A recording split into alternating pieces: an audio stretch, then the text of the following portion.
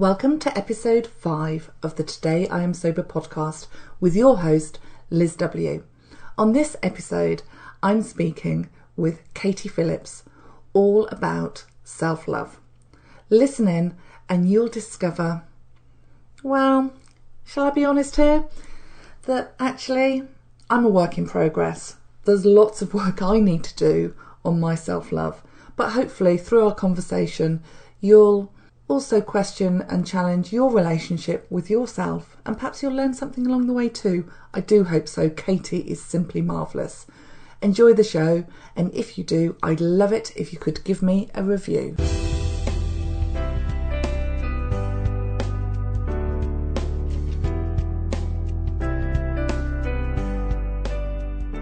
So welcome to the Today I Am Sober podcast. I am absolutely delighted to have joining us today Katie Phillips, the founder of the School of Self-Love. She's also the author of the best-selling The Self-Love Affair, A Woman's Guide to a Daring and Mighty Life. We'll put the link to Katie's book on all good online stores in the show notes. So if you want to grab a copy of the book, I already have a copy. It's fabulous. I've only just started. I really need to carry on, but she's triggered me quite early. But I'm sure some of that might come up later. So Katie, thank you for joining us today. Hi, you're so welcome. Thank you for having me. Katie and I met down in Brighton, where I think you're based on the south coast, aren't you? Well, I'm in Sussex. Yeah, just about half an hour north of Brighton in the countryside. Perfect. So Katie and I met there a couple of years ago, and I heard your presentation on self-love, and I heard your story, and I was overwhelmed with your ability to get to a place where, irrespective of the circumstances that led you to that room in Brighton, that you were so calm and connected with who you were that it just spoke to me. And then a year later, I met you just this June past, and I felt like I knew you, even though we've only met once. And actually, I must apologise because I did verbally vomit on you that night. Over dinner. I was just like, I was not having a good day. But today I'm sober, and today I'm having a much better day. So the reason I wanted you to join us on the show, Katie, is self-love. Now, it's a huge subject, and everybody has an opinion on what self-love means. But what does it mean to you? How do you define it? Well, so much more than a bubble bath and a massage and being nice to yourself. Like for me, I mean, you gave the title of my book, The Self-Love Affair, A Woman's Guide to a Daring and Mighty Life. And that the daring and mighty piece is quite fierce. And my approach to self-love is very fierce and unapologetic, because I think self-love is about a woman really, it's a self-responsibility piece, and it's about really committing to doing whatever it takes to be the woman you came here to be. So to reconnect with the truth of who you are, which I believe is your spiritual self. And so not give in to, and we do it subconsciously, but not give in to the conditioning and programming that we absorb throughout our lifetime. Not give in to societal shoulds about how we should show up or be in life, what we should be doing or not doing. You know, it's about really knowing who I am. What do I think and feel? How do I want to show up in the world? What feels really good and true and joyful and purposeful to me? And shedding anything that tells you otherwise. That, and predominantly those pieces are going to really boil down to, I'm not enough. Like, I can't do that. That's not for me. That's for other people. Who do I think I am? I'm not enough. I'm not beautiful enough. I'm not sexy enough. I'm not clever enough. I'm not rich enough. I'm not, all of this nonsense that we beat ourselves up with. We have to, self-love is around mental mastery, first and foremost. It's around really checking in with, what am I telling myself on a daily basis? And is that self-harm? because it is the mental abuse we give ourselves. It is a form, I believe, of self-harm. Am I harming myself, or am I loving myself and lifting myself up? Am I speaking to myself like I would my 3-year-old child, with total love and compassion, because, you know, she's learning to ride a bike. I don't know, 3 is a bit young to ride a bike, perhaps, maybe 5-year-old child. You know, when she falls off, do you tell her she's a bloody idiot and, oh my God, you're hopeless, you're never going to be able to do that? Or do you say, sweetheart, you're amazing for giving it a go. Try again, keep going. I know you can, you'll get there with practice. That's the voice of self-love. Oh, I've got goosebumps. I'll tell you why. Complete goosebumps. Because when I got sober, I went to rehab. And one of the things I learned in rehab about myself was I have a very scared 5-year-old little girl inside of me that really needs loving, and she needs cuddles. She needs to be told that it's going to be okay. And she needs lots of love and reassurance. And I only first learnt that about myself when I was in rehab, because I'd shut that part of me away, and that I'd disconnected from my spirit and my soul in such harmful ways. I'd lost who I am inside. And, you know, you saying you've got to love that child inside of you, just really took me back to that moment when I had that first moment of clarity that is me. And, you know, today I'm 47 years old. I've still got a little 5-year-old inside of me. She hasn't grown up as I've grown up, if that makes sense. She seems to be stuck at the same level. It makes total sense. And it's a huge part of the work I do with my coaching clients, actually, is we do really deep inner child work. And we really go there, and we identify a time in a woman's life when she felt not enough, where she felt she wasn't seen or she wasn't heard. And we really go to that time, and we do some really incredible healing around that. And I help with, you know, tools and techniques to help a woman on a daily basis reparent that little girl. And with that understanding and that compassion and that love, like unconditional love, reparent her and love her every single day, bring her into her adult existence. The gorgeous thing about doing that is you're healing a wound that needs healing. It needs your attention and time and love. But you're also bringing the 5-year-old into your daily experience. And that 5-year-old, she's not just wounded, she's so fun. Like, what's the purpose of a 5-year-old except to just play and bring joy into the world? She's here to discover and learn and explore and dance and have fun. So bring her with you every day. So it's a double whammy. There's healing, and you're bringing that energy into your day-to-day life, which is awesome. I love that, because so often, you know, it's funny, you've even just changed my perspective on my 5-year-old, because I only focus on the wound, not on the fun. And I believe everybody's got, I'm super playful, and I've got into trouble for being super playful, but it's a huge part of who I am. If I'm not being playful and trying to find joy and have fun, things become very heavy very quickly. And so I love the fact that you've pointed out that it's not just, you know, the things that need healing that we need to look at, but also embrace all aspects of that inner child. Yeah, I mean, I've got a picture of 5-year-old me here on the bench in my office, and I look at her all the time, and I just remember that's who I am.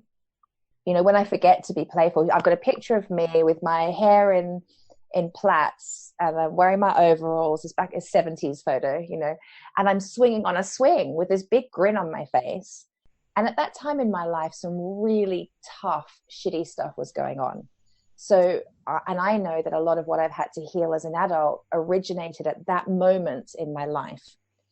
And I look at that little girl, and she is pure joy and pure potential and pure light. And I bring her with me every day now. And she's just, I've integrated her rather than her being a separated, wounded part of me, Yeah. and yeah, it's beautiful. And I loved what you said at the outset, where you said this is not about, you didn't use this exact phrase, but it's not about have a banana, have a bath, and go to bed. Have a banana. Yeah, which is hilarious. No, but when people talk about self-care, it's so simplified that, have a bath and then you'll feel better. It's almost patronizing, I think, to say that to somebody. Have a bath and the world will be at one with the world. I hear you, and we do have to start somewhere. Like, I will actually caveat it, because while I believe self-love is about mental mastery, it's around emotional mastery. It's a real journey of personal growth and development, and that's a real commitment. And that's a lot to start with. Sometimes, like, actually, when I look back at me, when I realized I had a lot of healing and growing up to do, actually, in my 30s, I just didn't know where to begin. And so step one, I knew I had to learn to love myself. I knew I didn't have a great relationship with myself internally. Not that you could tell from the outside. Outside, it looked like I totally had it going on, but I knew internally I was anxious and worried and pretty depressed. And so where I began was actually having a hot bath with candles. It was prioritizing that time for myself. It was going for a walk in the countryside. And then it evolved a little bit to some meditation, and then using affirmations. And then I was sort of building myself up to be able to then begin the journey of, hiring the coach, hiring the therapist, going down that route, really, beginning to work on my mindset, healing the mean, nasty thoughts, understanding where they originated, working with my inner child. It is a journey. So it really depends where you're at. And for me, I was so crippled with anxiety when my journey began, that anything more than a walk and a bath actually was too much for me. So it definitely was. It's a baby steps piece. Yeah. But I am fierce about, and then you got to do the freaking work.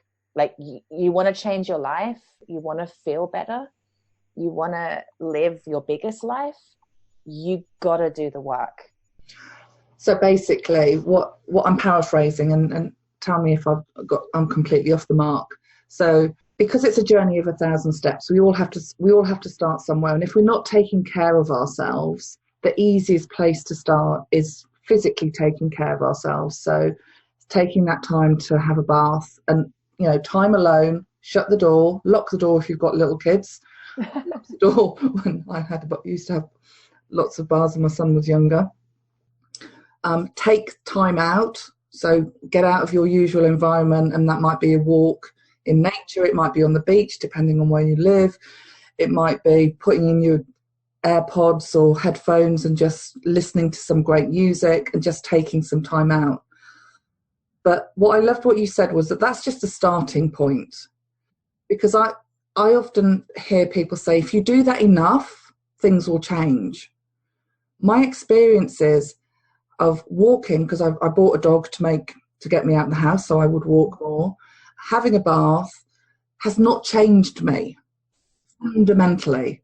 It's changed my mood in the moment. It hasn't brought any luck. My self-worth has not changed as a result of bathing and walking my dog. No, it's like a stepping stone, isn't it? Yeah. And I really, really subscribe to the belief that life is designed to support us. And when we set an intention, energetically things start to shift and change and move around us so that life can co-create with our intention and take us where we want to go. So I didn't know that when this one day, God, it must be like 15 years ago, I woke up and went, okay, so apparently I need to learn to love myself, because that's something that I wasn't taught. I need to learn how.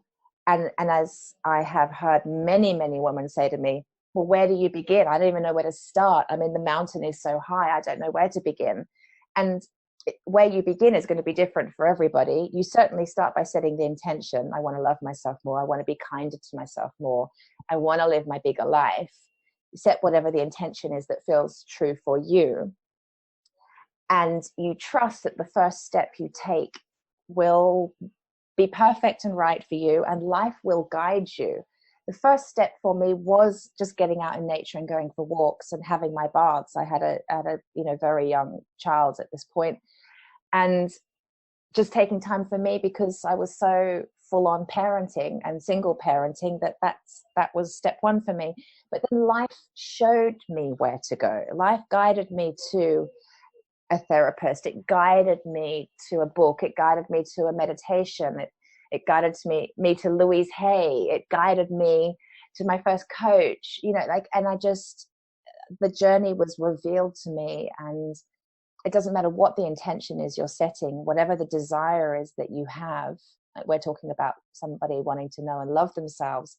It could be, the desire could be a total career change. It could be, I want to make loads more money. I want to meet my guy and get married. Whatever the desire is, set the intention and allow life to guide you, and show you what action you need to take. I'm the strongest believer that we're utterly supported by something bigger than us. And when our intention is heart-led and so true and real for us, we'll be shown the way. So yeah, starting a self-love journey is it's going to be unique to every person. So saying, setting your intentions, it's one of the things that struck me is how, and we talked earlier before we came on air about knowing what makes you tick. One of the problems I've had is I've been so disconnected from who I really am that I've actually lost sight of what makes me tick. So how do you help people kind of reconnect with what they really care about and what really matters to them when they've, like me, I've spent so many years numbing myself. And yes, I've been, sober one day at a time for a number of years, but it's a gradual process of coming to find myself. How would you suggest that people really understand what does make them tick? I could, and I will answer that from several perspectives, because where do I want to go with that one? There's, I can give you an exercise on identifying your values. If you look in my book, there's a whole chapter on values, and it takes you through and asks you bunches of questions about how you spend your time, how you spend your money, what lights you up. You look at all different life areas, and you do come up with essentially a tick list of your highest values. So you can do a homework piece like that to identify what makes you tick and what's meaningful to you. And again, going back into this piece around life's designed to support us. Life is guiding us all the time. I think, so there's this beautiful prayer that I went to hear Marianne Williamson speak several years ago. And she shared this prayer, and it went something like, and I'll use it in relation to what we're talking about. So the prayer would be something like, even though I don't know what makes me tick, I'm willing to be shown. And so that's an intention, that's setting an intention in its own right. And it's a prayer. It's literally in that moment, you're choosing to have faith and trust that something larger than us is always guiding us. And that as a spiritual being, we are connected to that. As an energetic being, and everything is energy, we can't help but always be connected to that truth. And so through setting the intention, aka saying the prayer, even though I don't know what makes me tick, I'm willing to be shown. And then just surrendering the prayer, which is a very feminine piece as well, just to surrender the prayer, not try to control it, not try to direct it, I don't need the answer right now. That's a very sort of more masculine approach energetically. When we're speaking about energetics, not gender, just surrender it and allow yourself to be shown. You'll be blown away by what comes your way and how you're shown and guided. And you know what? It could be a piece that you have to heal. So actually what life could bring to you is something that demonstrates, like a slap in the face, really what you don't like. and what you have to let go of, what you have to release in your life and say no more to allow what does make you tick to come in, to create the space for it. So you might be like, but I just said the prayer that I'm willing to be shown what makes me tick. And what? You're showing me everything I freaking hate. You're showing me, you're giving me lessons to learn. You're giving me, this is painful and I have to feel it. I don't want to. And, resistance. And yet, again, if you surrender to it and allow yourself to be taken on the journey, you will ultimately get to the destination of having the clarity of who am I, what makes me tick. It will be shown to you. Does that make sense? Yeah, complete sense. So my perspective on that is that I believe in a God of my understanding. Isn't a religious God, and you were talking about being a spiritual being. I believe that everything happens for a reason. We may not like it, but it does. And that I am being guided as when you were talking earlier, you were using your hands in a flowing motion as like a river. Yeah, like a river, like a water running down a river. And because you were talking about ease and, effectively going with the flow. And I do believe that I'm being led. But often what I do is you're talking about energy, about, surrendering. I often say, oh, hang on a minute. Don't like this. What are you doing? Why are you trying to send me down there? And, you talked about that slapping the face. Often what I do at that point is I go, whoa, I don't like this. Stop. And all surrendering has gone.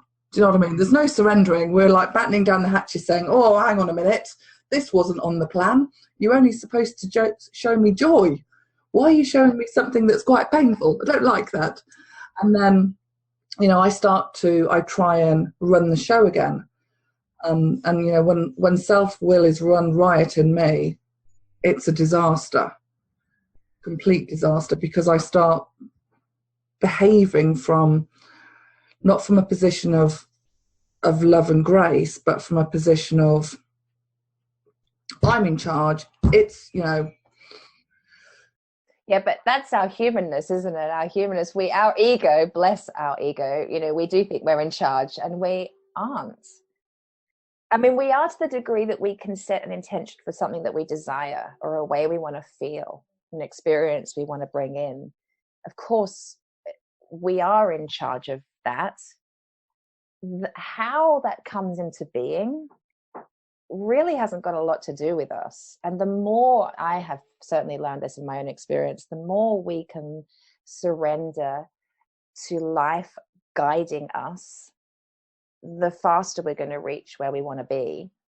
Because like you said just then, you're like, I don't want this. I don't want to feel this. I've been very specific that I want to be feeling joy and I want to be happy. And it's like, well, okay. But to create the space for the joy, to allow the joy in, for you to even understand what fully brings you joy, we need to release this and this and this. Because while you're believing, you could have an overarching belief system, I'm not worthy of joy and happiness. That could be a deep belief system that's running the show. And while you subconsciously perhaps are believing that, then joy and happiness will elude you. So life is trying desperately to bring you the joy and happiness, because it's actually our natural state, by showing you, sweetheart, look, while you're believing this, that's what you're creating. You're not going to have what you want. So heal that. Understand why you don't think you're worthy of what it is that you desire, and feel it. Like, this is a big piece around self-love, is actually allowing yourself to feel your feelings and be okay with all the different types of feelings. Our society is really shit at allowing us to, or showing us how to feel anger, how to feel shame, how to feel all the kind of ugly antisocial feelings. We don't know how. No one's shown us how, and we certainly haven't learned how to prioritize and create safe time and space to do that. We don't heal unless we're feeling. We don't heal unless we're feeling. I love that. No, feeling's the route to healing. It's such a bumper sticker, isn't it, for a car? I did. Healing is the route to healing. I mean, yeah, I feel a bit sickly when I say it, except that it's true. You know, you want to heal anything, you have to feel your way through it. There's no circumnavigating it. When we can't heal anything with our minds, you know, it's if you've got a mindset piece that's self-sabotaging, affirmations are very supportive and helpful. And to be clear, they are supportive. So the key to healing any belief system that is sabotaging you is to feel the root of it. Where did that come from? Feel the experience of it. How does it really feel to believe I'm not worthy? I'm not enough. I can't have that. Like, how does that feel? And allow yourself to feel that. What are the implications of that being in your life? Feel that. Feel, reflect on every time you have sabotaged something because you just haven't felt good enough. You haven't felt worthy. Feel the pain of that sabotage until you come through the other side. And you will come through the other side. I've had times in my life where I felt so bad I thought I would die, and I'm not exaggerating. So bad I thought, and I'm sure you, with your journey of sobriety, you're the same. You get to places sometimes on your healing and transformational journey where you think there is literally no way I can survive this level of pain, this level of self-awareness. I hate it and I won't survive it. But we do. Self-love is loving yourself enough to stay in the feeling until you come out the other side. And then what you experience on the other side is just, it's a level of healing and joy that's pretty hard to put into words. It is literally life-changing. But that's why I'm fierce about what self-love, like, you got to sit in the shit of it sometimes, you know, before you can come out the other side. But it's a rite of passage then, and that's yeah. For me, I've never felt so proud of myself as those moments where I've really hung in there and felt what needs to be felt to come out and to come through the other side. It's funny when you were talking, and I felt this real kind of heaviness inside of me. Just start when you talk about those feelings of, you know, self-worth, and it's like, gosh, I've got some work here to do, Liz. I think I need to spend some time on that. But it's really interesting, you know, just listening to you, how connected I was to myself in that moment. Yeah, no, it's just very peculiar, because normally I don't create the time or the space to just stop. And interestingly, when we were talking before we pressed the record button, we were talking about this mind-body connection. And one of the things I hadn't realised until I went to rehab was how the physicality of my body, often the feelings inside of it reflect the feelings in my head. Do you know what I mean? Like just then when I had that moment of this right in my kind of like just below my breastbone was like, oh, it's heavy feeling. And it's all because of what's going on in my head. So what, you know, I know that you're very much into that kind of mind-body connection, and you run events around it, you've run retreats. What's your perspective of what happens to what goes on between our ears on our body? I think I really, and I wish I had the quote in front of me, and I wish I could even remember who said it, but I think our body is very, very wise. I think our body is super wise. And if there's any level of dis-ease in our body, it's our body trying to get our attention and say, hey, Liz, or hey, Katie, hello, there's something going on here. There's, you know, you're believing something, or you're allowing, we feel our beliefs, right? When we think something, we feel our thinking. And the more we feel our thinking and don't actually honor and allow those feelings, again, feeling is the route to healing, but we don't honor those feelings, they get blocked and they build up, they build up, they build up until they become a physical manifestation. And it's at that point where our body is our last line of defense, and our body's going, hey, wake up. Hey, notice what you're thinking, because while you're believing you're not enough, you're feeling the heaviness and pain and shame and weight of that. And you have blocked that and ignored that and numbed it out. And like for me, the numbing was always alcohol and Netflix. That was they're my two basic numbing agents. Some people it's online shopping. For some people it's overworking. For some people it could be going to the gym, but 7 days a week, twice a day, just to block it out, to numb it out, not to have to feel it. The more we block and don't pay attention to how we're feeling, which is a result of our thinking, our body's going to go, it's going to build up, it's going to manifest somewhere in our body, and our body's going to say, hey, like, you can continue the suffering or not. Like you feeling that weight in your stomach, it's really interesting. Like it's just right there. It's just your body going, hey, pay attention. There's something in this for you. Our body's really wise. Like we think our body's failing us and letting us down when we get sick. But actually, it's just saying, hey, I mean, you get a sty in your eye.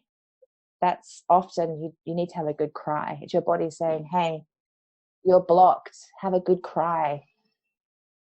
Often any sort of chest-related stuff. I mean, there's great books on this. I read Louise Hay. I think it's You Can Heal Your Life. I love Sandy Newbigin's book, Body Calm. They're my absolute Bibles. If I've got anything going on with me, anything at all, I look up the symptom and it will give me the mind-body connection, usually with a belief behind it. Like if you're believing that, then you're creating this disease in your body. Body's just trying to tell us, hey, it's trying to help us. Because in my experience, often, I mean, I suffered acne for years, so much terribly bad acne. I mean, it's so lovely to show. I mean, I know this isn't on video. We're seeing each other now, but it's so nice to show up fresh-faced and no makeup on and have perfectly clear skin. I'm very proud of that, because for years and years and years, I had terrible, terrible acne. And the acne was because I was harboring so much anger. And my skin was literally angry. And there was no denying it. It was like every time I looked at my face, I saw the anger. And I had to address the anger within me. And it built up from childhood, years of stuff that needed understanding and clearing and feeling. Now I have really pretty good skin. I have my moments, I have my hormonal spots. But yeah. I think you have phenomenal skin. Listen, you can't see Katie's skin, but I've met her in real life and in the video. Trust me, she's got phenomenal skin. It's getting better. It's getting better. So the name of your book is about a guide to a daring and mighty life. What do you mean by living and having a daring and mighty life? Oh, I could take several angles. I'm glad you asked that question. It's daring to be the truth of who you are. I think it's really, really brave. Daring to love yourself, warts and all, because we are all fallible. We are all imperfect. We are all just human doing our best. We're all just trying our hardest, right? We're daring to love that fallible woman or man. Living a mighty life. I mean, God, what's mighty for you? It's what really lights you up, what really brings you joy. I think we're all here I genuinely think if we all really know ourselves and really love ourselves and really live into the truth of who we are, then we're all here with a purpose. And that purpose, we kind of want to define it. It's not just one thing. We're all here to do many things, but we're all here to bring something special. And if we all did our special something, whatever that is, I think the world would function way more symbiotically. I think there'd be a lot more flow and ease if we're all able to do that. And that's living a mighty life. That's being mighty. That's because our spiritual self is mighty. Like, is there anything more mighty than our spirit. There's so much power there. If we could live into that, wow, I mean, that's just game changing, isn't it? So just daring to love yourself, to live your mighty, purposeful life. That's really what I meant when I titled that book. I want to be daring and mighty. Always. Like the words came to me, by the way. My dad had a little home office, and he had this Theodore Roosevelt quote on his wall about daring mighty things. And I came to know, I've got it here on my office wall. I came to know that quote, and I didn't know at the time, but it was an affirmation essentially. And it was just, just went into my brain I read it every day, and I decided that I wanted to have a daring, live life daring and mighty. And so I went on to do that. Little did I know that living a daring and mighty life would also require me to dig deep into knowing really who I am and really what makes me tick, and clearing the way for that woman to come through. And that's been, for me, a pretty freaking daring and mighty process. That's taken me to my edge time and time again, and required immense bravery and immense persistence, and immense determination. And I'm still on that journey, and I know I will be till the day I die. I've committed. That's my intention, to be daring and mighty. I've set that intention. And my work is to invite other women and men to be daring and mighty as well. It's a brave undertaking. The world will be a better place if we all do, though. Oh God, I could listen to you and talk to you all day, Katie. I really could. But you get bored eventually. Oh, I wouldn't, trust me. Can I move in? I'm quite a good house guest. I can't cook, but I'll make you laugh occasionally. So we're coming up to the end of our time together. But if someone's inspired to start their journey of self-love, or go through the ebbs and flows, and move beyond just the banana, the bath, and the bed, how can people work with you? I think the book is a really good place to start, to be honest. Grab the book. There's all sorts of offerings at the school. So if you go to the School of Self.love, I loved that I got a .love. Isn't that awesome? Not a .com, I got a .love. So it's the School of Self.love. There's all sorts there. And I give away a lot. There's a lot of free stuff. There's lots of free trainings and so on. In fact, if you go to the School of Self.love, there's a video training, like a mini course called Love Bites, which is a nice 7-day mini course which I give away. It's on the homepage there. You just opt in, leave your name and email. Good place to start, really. Yeah. Fantastic. Well, Katie, thank you so much for your time with us today. I will make sure that the show notes is populated with all of the info about how people can find you. It really has been an honour and a privilege spending time with you. And I'm going to dig out my copy of your book, and I'm going to find the values section, because do the values homework. It's really fun. I'm going to do the values homework. I got a bit triggered in Katie's book early on. I was like, oh, this all fell into the too hard category, and my life is quite challenging as we're moving home at the moment. So I was like, oh, I can't cope with doing that right now. But you've really inspired me to dig it out, because I love what you were saying about feeling is healing. And for someone who's spent their entire life trying to push their feelings away and has only started to embrace them over the last few years, I do feel like a 6-year-old, because I've got the emotional intelligence of a 6-year-old, because the 40-odd years previously were all kind of numbed and ignored. So I think that's such an exciting place to be, by the way. I think that's so exciting. It's so full of potential, and look at what you're going to discover. Like, look what's ahead. That's really exciting. Yeah. It's exciting. It is. I'm punching the air. It's super exciting. So, Katie, thank you very much indeed. You're welcome. Thank you for having me.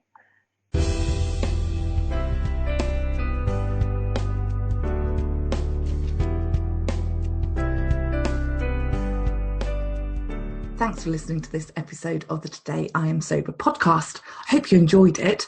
I'd love your feedback. So come and find me on social media. All of the links are in the show notes. Until next time, bye.